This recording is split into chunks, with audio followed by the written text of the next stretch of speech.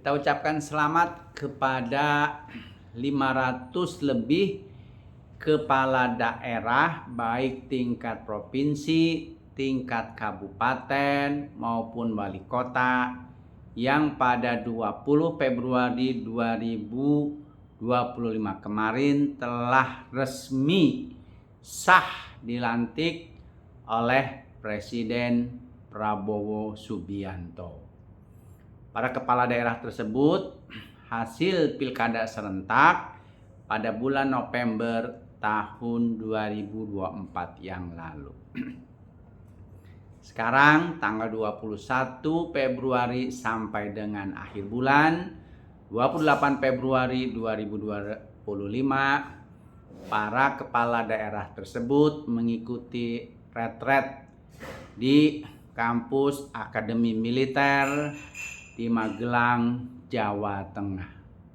Sekali lagi saya mengucapkan selamat kepada para kepala daerah tersebut, dan bukan hanya sekedar selamat, melainkan selamat bekerja, penuhi kepercayaan warga daerahnya masing-masing, bekerja keras bukan untuk memperkaya diri atau memperkaya keluarga atau memperkaya konco-koncone, tapi bekerja keras meningkatkan kesejahteraan sekaligus juga mencerdaskan warga di daerahnya masing-masing dan meningkatkan pembangunan di daerahnya masing-masing. Salah satu kepala daerah yang menjadi sorotan yang kemarin dilantik dan sekarang ikut retret adalah Gubernur Kepala Daerah Provinsi tingkat 1 Jawa Barat, Deddy Mulyadi Sarjana Hukum MM, mantan Bupati Purwakarta 2 periode, yang biasa disingkat sebagai KDM, Kang Deddy Mulyadi. Saya melihat statement-statementnya Kang Deddy Mulyadi dari ketika beliau selesai menjadi Bupati Purwakarta, kemudian menjadi anggota DPR, dan kemudian pada bulan November 2024 yang lalu terpilih dengan suara yang meyakinkan menjadi Gubernur Provinsi Jawa Barat, salah satu provinsi terbesar, terluas baik dari segi wilayah maupun jumlah penduduknya. Jawa Barat jumlah penduduknya hampir 50 juta jiwa, berarti itu 20% dari jumlah penduduk Indonesia. Sebelum resmi dilantik, Kang Deddy sudah mendatangi beberapa instansi di Provinsi Jawa Barat. Saya sejujurnya senang dengan rencana-rencana kerja ataupun program-program Kang Deddy Mulyadi. Saya sebagai putra Jawa Barat sangat berharap semoga Kang Deddy Mulyadi ini benar-benar bisa merealisasikan janjinya membangun wilayah Provinsi Jawa Barat sekaligus meningkatkan kesejahteraan warganya. Sebagai warga Jawa Barat dan sekarang tinggal di DKI Jakarta dan masih sering bolak-balik ke wilayah Jawa Barat, terutama Bogor, Kabupaten Bogor, Kota Bogor, saya cukup paham dengan kondisi sosial, ekonomi, politik, dan psikologis warga Jawa Barat. Jumlah penduduknya banyak, hampir 50 juta, tapi tingkat pendidikannya masih rendah. Rata-rata lulus SMP dan tidak lulus SMA, masih sangat sedikit yang pendidikannya sarjana, apalagi S2 dan S3. Jadi saya berharap sekali Kang Dedi benar-benar bisa merealisasikan ucapan-ucapannya sekaligus janji-janjinya. Beberapa jam setelah dilantik oleh Presiden Prabowo Subianto, Kang Dedi langsung bekerja. Kang Dedi mengeluarkan surat keputusan Gubernur Jawa Barat melakukan mutasi terhadap Kepala Sekolah SMA Negeri 6 Depok, Jawa Barat. Karena apa? Karena Kang Dedi sudah mengeluarkan himbauan supaya sekolah-sekolah yang ada di wilayah Jawa Barat tidak melakukan studi tour keluar daerah, apalagi keluar provinsi. Termasuk tentunya ditujukan kepada SMA Negeri 6 Depok yang hari ini melakukan studi tour ke wilayah Jawa Timur dan ke daerah wisata provinsi daerah tingkat 1 Bali. Karena dianggap tidak mematuhi himbauan instruksi dari Gubernur Jawa Barat tersebut, karena tetap SMA Negeri 6 Depok memberangkatkan rombongan siswanya untuk melakukan studi tour. Sebagai kepala daerah, saya pun pasti memahami. Maka Kang Dedi langsung mengeluarkan mutasi karena menganggap dirinya tidak dihargai, himbauannya tidak dihiraukan. Di satu sisi himbauannya Kang Dedi benar. Menurut saya pun tidak perlulah SMP, SMA melakukan studi tour terlalu jauh ke luar provinsi, ke wilayah paling ujung Pulau Jawa dan nyebrang laut ke Pulau Dewata, Bali. Membawa puluhan bahkan ratusan siswa itu resikonya amat besar. Apalagi jalan darat ya. Ini menyangkut keselamatan jiwa ataupun nyawa anak manusia. Kalau terjadi apa-apa, siapa yang mau bertanggung jawab? Mereka punya keluarga.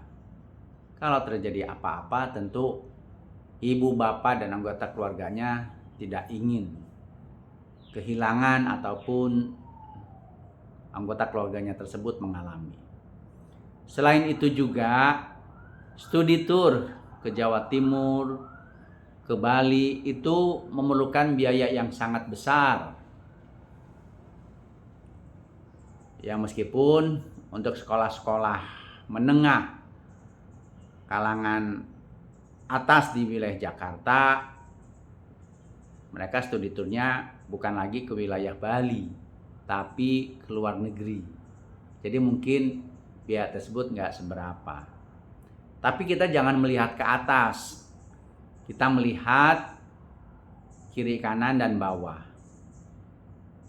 Informasi yang didapat, biaya studi tournya saja, transport, bis, makan itu sekitar 3,5 juta. Kemudian kalau biaya untuk belanja, tambahan makan, dan lain sebagainya itu hampir mencapai 5 juta. Dalam taraf serta kondisi ekonomi masyarakat yang sedang susah saat ini, angka 5 juta untuk study tour hanya dalam waktu seminggu itu bukan jumlah yang kecil, tapi jumlah yang besar. Sekali lagi menurut saya, pengalaman saya waktu SMA juga, kita tidak perlu study tour. Ya. Apalagi kalau itu sudah kelas 2 atau kelas 3. Lebih baik sekolah menyelenggarakan bimbingan belajar secara intensif sehingga nanti siswa-siswanya bisa diterima di perguruan tinggi negeri terkemuka di dalam negeri. Syukur-syukur bisa lolos beasiswa melanjutkan kuliah ke perguruan tinggi berkualitas di luar negeri.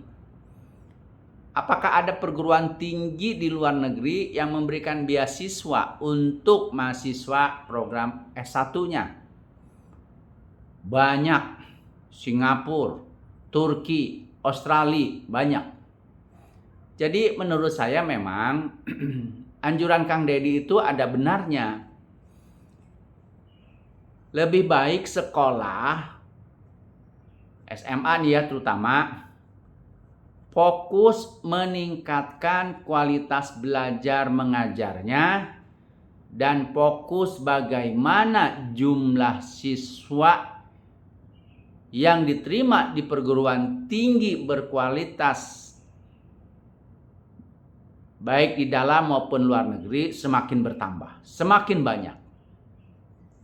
Kalau nanti sudah kuliah di perguruan tinggi terkemuka, apalagi sudah lulus menjadi profesional yang dapat gaji mahal, fasilitas dan tunjangan, baik bekerja di dalam maupun di luar negeri, liburan ke Jawa Timur, ke Bali, bahkan ke Papua sekalipun, nggak ada masalah. Nah, jadi buat kawan-kawan guru, kepala sekolah, menurut saya nih ya, dengan kondisi ekonomi yang sedang susah saat ini, sebaiknya program studi tour atau program study tour dihentikan. Ini sesuai dengan himbauan pemerintah pusat maupun pemerintah daerah. Lebih baik sekolah, para guru, para kepala sekolah, wakil kepala sekolah fokus meningkatkan kualitas belajar mengajar, sekaligus juga fokus supaya anak didiknya banyak diterima di perguruan tinggi yang berkualitas, terutama negeri yang memberikan biayanya lebih murah. Bahkan upayakan supaya siswa yang tidak mampu selain diterima di perguruan tinggi negeri yang berkualitas seperti UI, ITB, UGM, Universitas IPB, Pajajaran, Brawijaya, Undip, UIN Jakarta, kemudian Unair, ITS, itu bisa mendapatkan beasiswa. Selain beasiswa bidik misi atau beasiswa kuliah kartu Indonesia Pintar, KIP, seperti itu. Ya, selain itu juga tentu yang saya sampaikan tadi, studi tour itu bukan tanpa resiko. Apalagi kondisi lalu lintas kita, kondisi kendaraan-kendaraan umum kita itu kurang mendapatkan perhatian dari aparat pemerintah, terutama Dinas Lalu Lintas Angkutan Jalan Rayanya. Bis, truk dari luar kelihatan bagus, tetapi ternyata kondisi remnya jelek, bannya gundul, sehingga seringkali terjadi kecelakaan karena remblong atau pecah ban. Sudah banyak peristiwa-peristiwa rombongan anak pelajar mengalami kecelakaan. Karena apa? Karena remblong, bannya pecah, dan lain sebagainya. Jadi menurut saya himbauan Kang Dedi bagus. Mohon diperhatikan oleh para guru, para pimpinan sekolah negeri dan sekolah swasta yang ada di wilayah Jawa Barat. Namun demikian juga, saya juga tidak menyalahkan Kepala Sekolah SMA Negeri 6 Depok. Biasanya Kang Dedi, studi tour itu sudah direncanakan beberapa bulan sebelumnya. Dan saya dapat informasi juga SMA Negeri 6 Depok itu merencanakannya sejak pertengahan tahun 2024. Ya tentu saja sekolah sudah memungut biaya kepada para siswa yang akan ikut serta. 3,5 juta, mungkin bahkan sudah 5 juta. Pihak panitia dalam manajemen sekolah juga pasti sudah membayar bis, hotel, konsumsi, dan lain sebagainya. Nah, ketika dijadwalkan berangkat hari ini tanggal 21 Februari, semua pasti sudah dibayar semuanya. Kang Dedi mengeluarkan himbauan itu tanggal 19 Februari. Tidak bisa dalam waktu 1 hari dibatalkan semuanya. Nah, karena itu saya tidak menyalahkan pihak kepala sekolah SMA Negeri 6 ataupun pihak sekolahnya. Jadi Kang Dedi juga mungkin kurang arif dan kurang bijaksana kalau kepala sekolahnya langsung dimutasikan, apalagi kalau diberhentikan. Karena apa? Sekali lagi, yang namanya studi tour atau study tour ke luar provinsi yang jaraknya lumayan jauh, ke Malang, Surabaya, lanjut ke Bali, itu perencanaannya sudah lama. Ya, sudah mengumpulkan biaya, sudah bayar sewa atau charter bis wisatanya, sudah bayar hotel dan konsumsinya. Kalau misalnya mengikuti himbauan Pak Gubernur dibatalkan, lalu siapa yang akan menanggung kerugian uang siswa yang sudah dibayarkan? Pasti panitia juga sudah membayar bis. Pihak PO bis pasti nggak mau juga bisnya dibatalkan, uang dikembalikan. Setidaknya 50% uang yang sudah dibayarkan itu nggak bisa dikembalikan. Demikian juga hotel, konsumsi. Kemudian udah ada pengeluaran-pengeluaran lainnya. Gak bisa Kang Dedi. Itu. Jadi instruksi dan himbauan itu sebaiknya berlaku ke depan. Nah, untuk yang sudah berangkat ya gak bisa dipersalahkan tim guru maupun kepala sekolah. Tuh. Kecuali pejabat Gubernur Jawa Barat, Kang B, itu sudah mengeluarkan instruksi. Nah, kita tinggal lihat apakah pejabat Gubernur Jawa Barat sebelumnya, ya Kang B Arifin kalau nggak salah ya, atau B Mahmudin, itu sudah mengeluarkan instruksi belum agar sekolah tidak melaksanakan studi tour.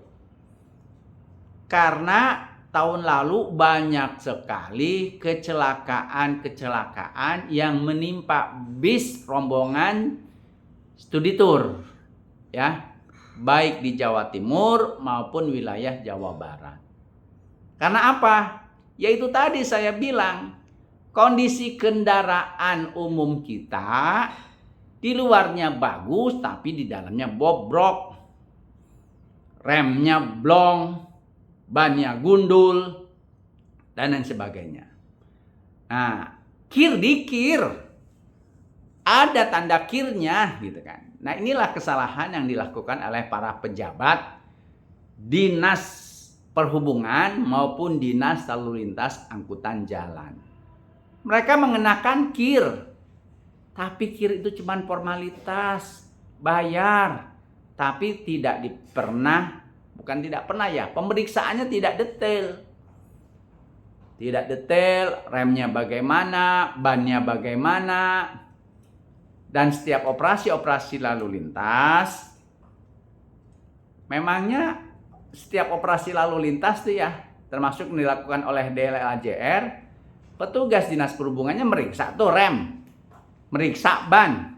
Enggak. Periksa, amatin. Coba saya mengajak seluruh warga, kalau ada operasi lalu lintas, baik yang dilakukan oleh Polantas maupun yang dilakukan oleh DLAJR, amatin, awasin, apakah mereka periksa rem, ya, apakah mereka periksa ban, apakah mereka periksa kondisi psikologis kesehatan para supir dan awaknya atau kernetnya atau kondekturnya.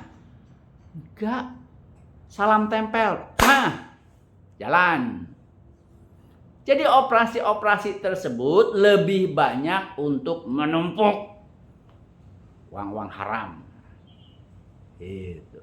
Makanya banyak sekali terjadi kecelakaan lalu lintas, baik yang terjadi atau dilakukan oleh kendaraan penumpang maupun kendaraan truk.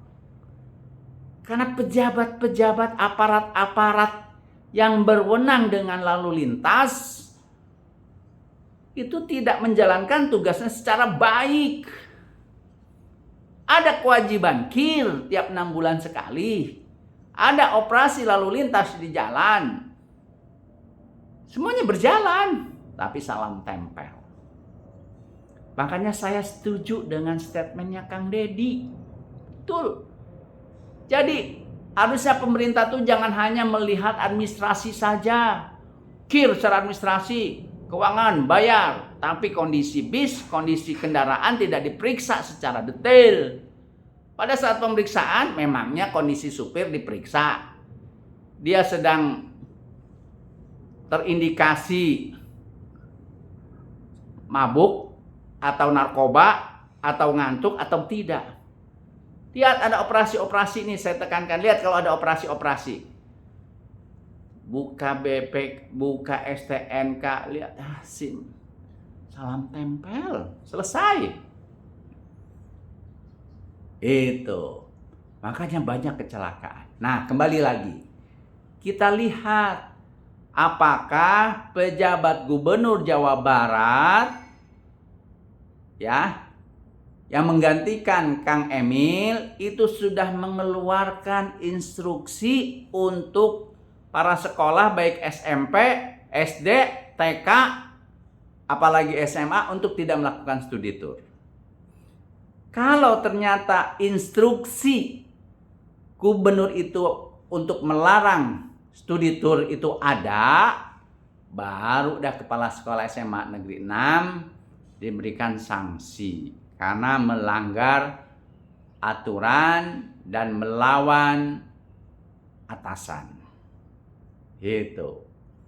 Tapi kalau tidak, ya sekali lagi, kalau misalnya tidak ada instruksi dari pihak pejabat gubernur dari tahun 2024 untuk supaya sekolah tidak melakukan studi tour, lebih baik fokus pada peningkatan kualitas belajar mengajar. Nah, kemudian SMA Negeri 6 memberangkatkan juga, nah silakan berikan sanksi tegas baik kepada kepala sekolah, wakil kepala sekolah, guru-guru, dan yang lainnya. Karena itu berarti melawan. Tapi kalau ternyata pejabat gubernurnya tidak mengeluarkan instruksi apa-apa, Kang Deddy kemudian mengeluarkan instruksi pada 19 Februari kemarin, ternyata SMA Negeri 6 tetap juga berangkat, nah itu guru nggak bisa disalahkan. Itu. Jadi Kang Deddy selamat atas kepercayaan masyarakat Jawa Barat pada Kang Deddy sebagai gubernur Provinsi Jawa Barat. Kita semua berharap Kang Deddy benar-benar bisa merealisasikan omongan dan janji-janjinya.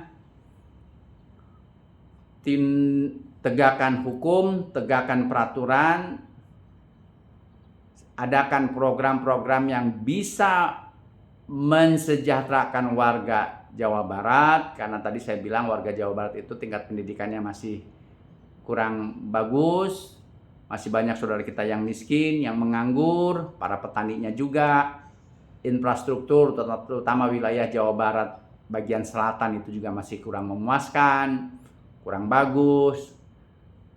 Bayangkan jalanan dari Bogor ke Sukabumi, Bogor ke Cianjur, dari zaman saya kecil masih belum juga berubah.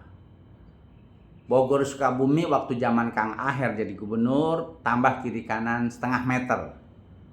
Tapi dibandingkan jumlah kendaraan yang semakin banyak karena jumlah penduduk juga banyak, kemudian industri juga semakin banyak sepanjang jalan Ciawi Sukabumi, ya nggak ada artinya adanya penambahan setengah meter jalan Ciawi Sukabumi.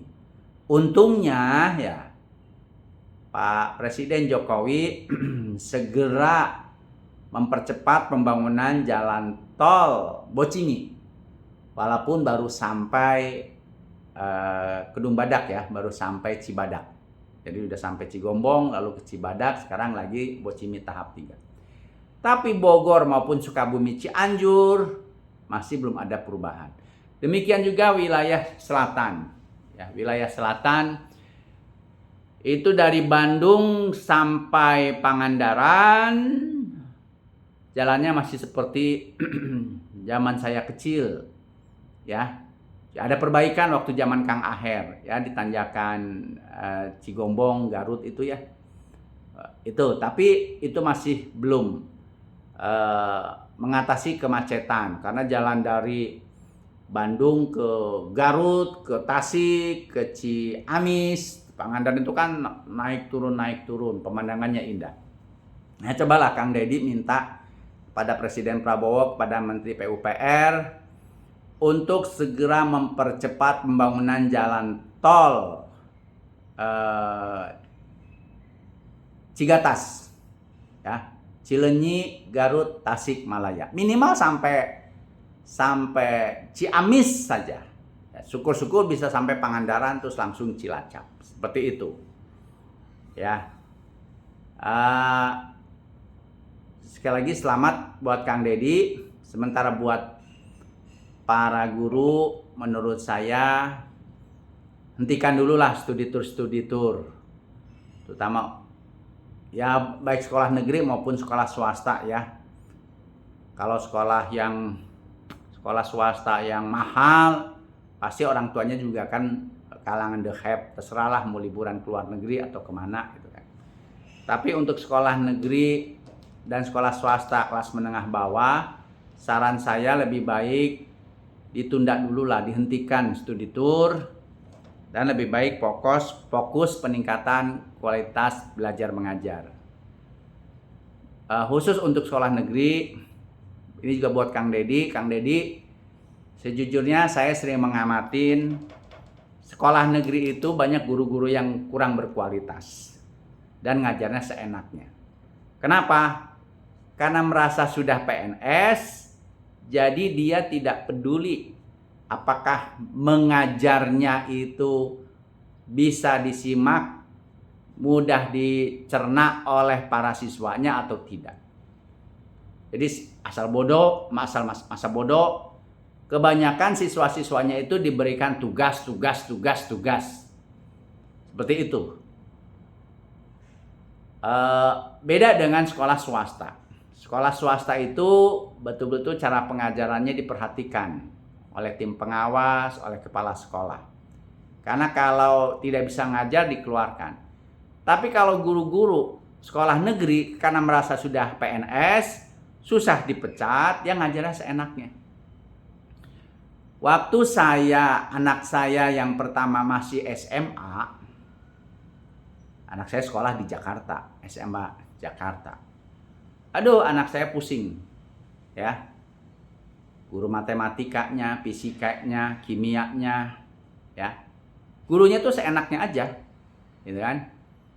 Terserah murid mau ngerti nggak ngerti, gitu kan. Tugas. Makanya kalau anak kita sekolah di negeri, kalau orang tuanya banyak uang, harus diimbangi dengan les, bimbingan belajar kalau anaknya ingin diterima di perguruan tinggi negeri yang berkualitas. Kalau tidak, kasihan. Seperti itu. Kecuali anaknya mempunyai otak yang sangat cerdas dan harus ekstra. Nah, karena itu saya menghimbau buat para kepala sekolah, kepala dinas, termasuk Kang Dedi sebagai pimpinan wilayah di Provinsi Jawa Barat, tolong kualitas pengajaran para guru itu ditingkatkan. Jadi para guru itu jangan karena sudah berstatus PNS ngajarnya seenaknya. Ya. Selain itu juga coba buat para guru, Kang Dedi, para kepala sekolah, kepala dinas, jangan misalnya guru geografi dikasih tugas ngajar fisika. Itu.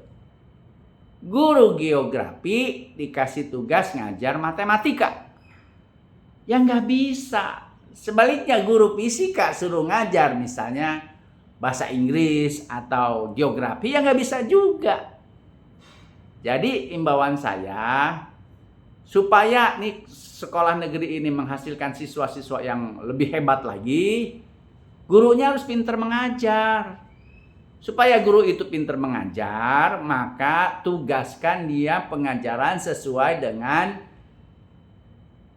bidang yang dia ambil waktu kuliah dan minat mereka. Misalnya dia kuliah di UPI atau di UNJ atau di UI misalnya. Kuliahnya fisika, ya sudah suruh ngajar fisika. Jangan ngajar biologi. Sebaliknya kalau guru itu S1-nya biologi atau kimia, ya suruh ngajar biologi dan kimia. Jangan di tempat lain. Nah, terus juga evaluasi itu penting. Minta pendapat para siswa. Seperti itu, amatin ya. Kalau ternyata masih cara mengajarnya masih kurang, apalagi masih rendah ya, sehingga murid-murid tidak mengerti, kurang mengerti, kan sebagian besar murid kurang mengerti, ya bukan hanya 1-2 ya, sebagian besar patokannya.